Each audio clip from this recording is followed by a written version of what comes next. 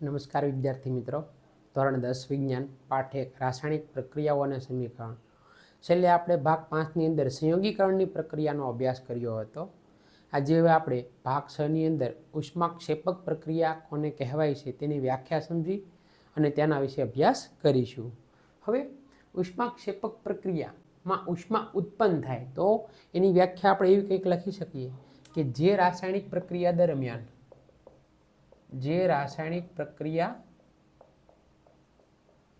દરમિયાન ઉષ્મા ઉત્પન્ન થાય છે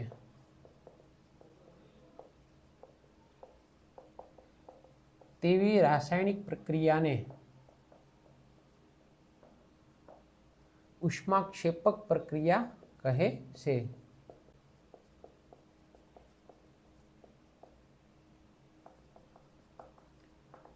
અહીં આપણે જોઈ શકીએ છીએ કે એક સમીકરણ આપવામાં આવ્યું છે કે CH4 જેને વાયુ અવસ્થામાં છે. CH4 ને આપણે મિથેન કહેવામાં આવે છે. 2O2 એટલે કે ઓક્સિજનની સાથે રાસાયણિક પ્રક્રિયા થાય છે, એ પણ વાયુ અવસ્થામાં છે. તો નિપજ તરીકે CO2 વાયુ અવસ્થામાં એટલે કે CO2 એટલે કે કાર્બન ડાયોક્સાઇડ, 2H2O એટલે કે પાણી, એ પણ વાયુ અવસ્થામાં મળે છે. તો આ પ્રક્રિયા જે છે તેનું વર્ણન આપણે આમ કરી શકીએ કે મિથેનની ઓક્સિજનની સાથે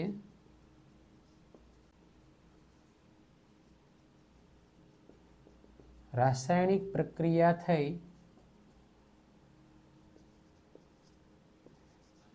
નિપજ તરીકે કાર્બન ડાયોક્સાઇડ અને પાણી મળે છે. આ પ્રક્રિયાને આપણે આવી રીતે આમ સમજી શકીએ છીએ. ત્યારબાદ બીજી પ્રક્રિયા આપવામાં આવી છે C6H12O6 જે જલીય અવસ્થામાં છે, પ્લસ 6O2 એ પણ જલીય અવસ્થામાં છે. નિપજ તરીકે 6CO2 પ્લસ 6H2O પ્લસ ઉર્જા મળે છે.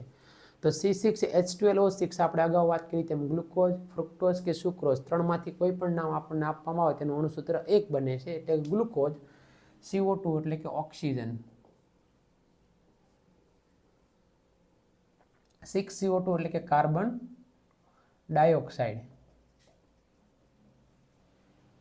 અને 6H2O એટલે કે પાણી. તો આ પ્રક્રિયા જે છે તેનું વર્ણન આપણે લખી શકીએ કે ગ્લુકોઝ અને ઓક્સિજનની રાસાયણિક પ્રક્રિયા થઈ નિપજ તરીકે કાર્બન ડાયોક્સાઇડ, પાણી અને ઉર્જા મળે છે. તો આ પ્રક્રિયાનું વર્ણન આપણે લખી શકીએ છીએ કે ગ્લુકોઝ અને ઓક્સિજનની રાસાયણિક પ્રક્રિયા થઈ નિપજ તરીકે કાર્બન ડાયોક્સાઇડ, પાણી અને ઉર્જા મળે છે. આમ આપણે આ પ્રક્રિયાનું વર્ણન છે તે સમજી શકીએ છીએ. તો અગાઉ આપણે વાત થઈ તે મુજબ ઉષ્માક્ષેપક પ્રક્રિયા કે જે રાસાયણિક પ્રક્રિયા દરમિયાન ઉષ્મા ઉત્પન્ન થાય છે, બરાબર, તેવી રાસાયણિક પ્રક્રિયાને ઉષ્માક્ષેપક પ્રક્રિયા કહે છે. અન્ય જો એના ઉદાહરણોની આપણે વાત કરીએ તો શ્વાસોશ્વાસની ક્રિયા જે છે તે પણ ઉષ્માક્ષેપક પ્રક્રિયાનું ઉદાહરણ છે. આપણે જ્યારે શ્વાસ લઈએ ને જ્યારે શ્વાસ બહાર કાઢીએ છીએ ત્યારે સહેજ ગરમ હવા બહાર નીકળતી હોય તેવું લાગે છે. આથી ઉષ્મા ઉત્પન્ન થાય છે, તેથી તે ઉષ્માક્ષેપક પ્રક્રિયાનું ઉદાહરણ કહી શકીએ છીએ. વનસ્પતિ દ્રવ્યનું વિઘટન થાય છે. ખેડૂતો હોય છે તે ખેતરની અંદર બટાકા છે, ડુંગળી છે, રીંગણ છે, તો આ બધા પાકો હોય છે.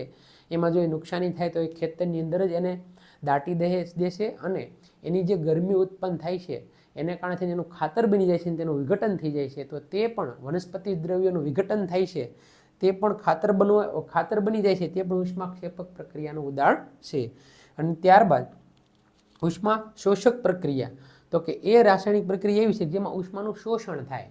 તો આ ઉષ્માક્ષેપક ભણીએ તો તેની સાથે જ આપણે ઉષ્મા શોષક પ્રક્રિયાને યાદ રાખવી જરૂરી છે. તેની વ્યાખ્યા આપણે આ રીતે લખી શકીએ કે જે રાસાયણિક પ્રક્રિયા દરમિયાન